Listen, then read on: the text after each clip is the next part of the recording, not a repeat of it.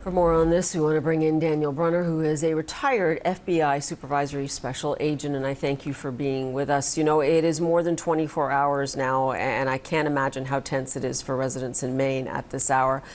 What does it tell you about how far this suspect could have gotten now, and could he possibly have used a boat? Is he perhaps headed for the border?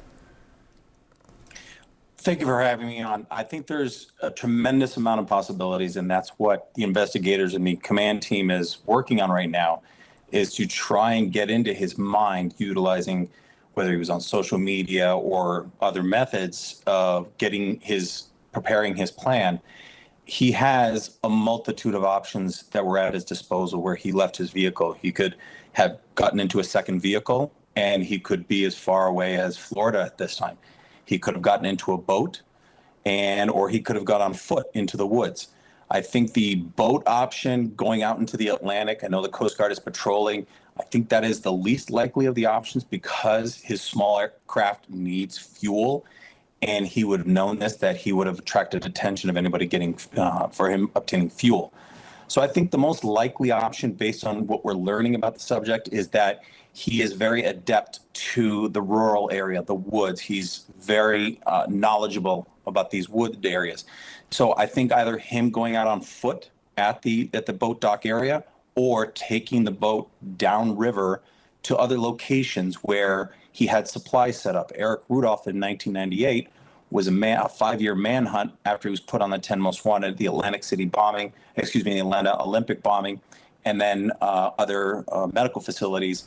And then he was on the run for 5 years because of the same situation. He was familiar with the woods, he had setups, and he was able to stay hidden from law enforcement for over 5 years. So I think that is one of the most likely scenarios, that he is either went from foot from that parking area, or he took his craft downriver. Now, law enforcement is trying to get these leads together, and once they establish a good lead, then they'll start focusing the search teams on that area.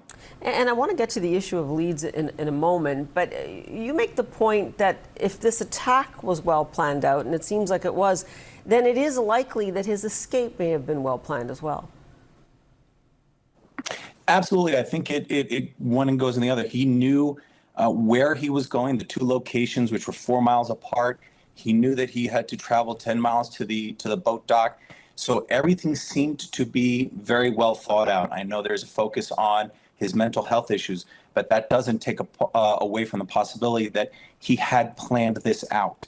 He was prepared for this. He knew how to make entry. He knew how to conduct the shooting operation.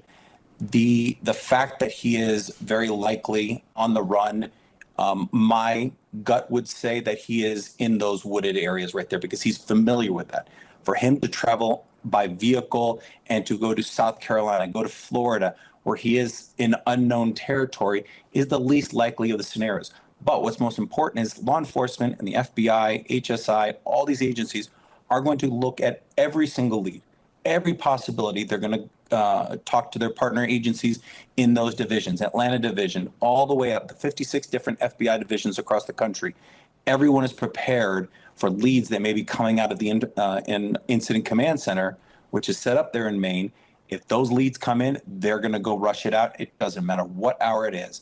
I know FBI Boston. I know a lot of agents that are there, and they're very much working very diligently along with tactical operations specialists. And we understand that this is a very clear and present danger for the people of Maine right now, and that's why there's no holds barred. All law enforcement agencies are doing their best to figure out where he has gone.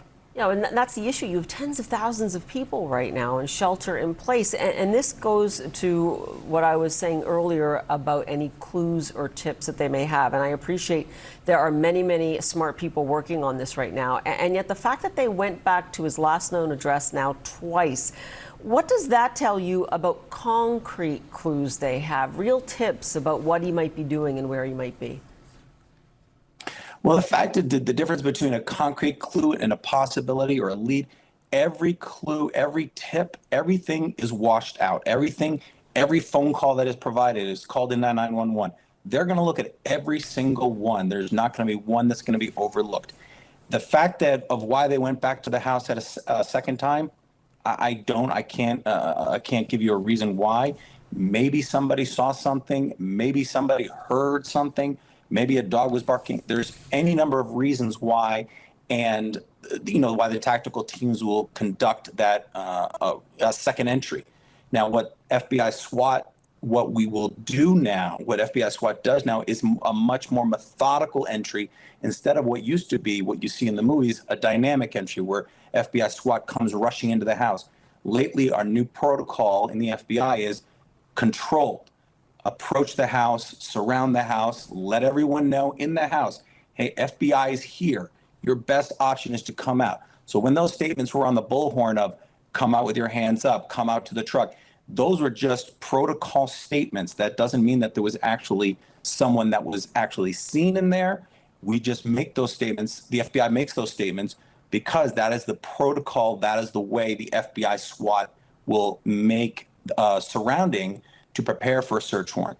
Then they'll make the next, maybe sending a drone or a canine if that's available. So there are steps to slowly approach. Well, that's certainly been enlightening in terms of the process that's ongoing right now on the ground in Maine. As you said, when all of those law enforcement resources on the ground. Daniel Brunner for us, appreciate it. Thank you. Now we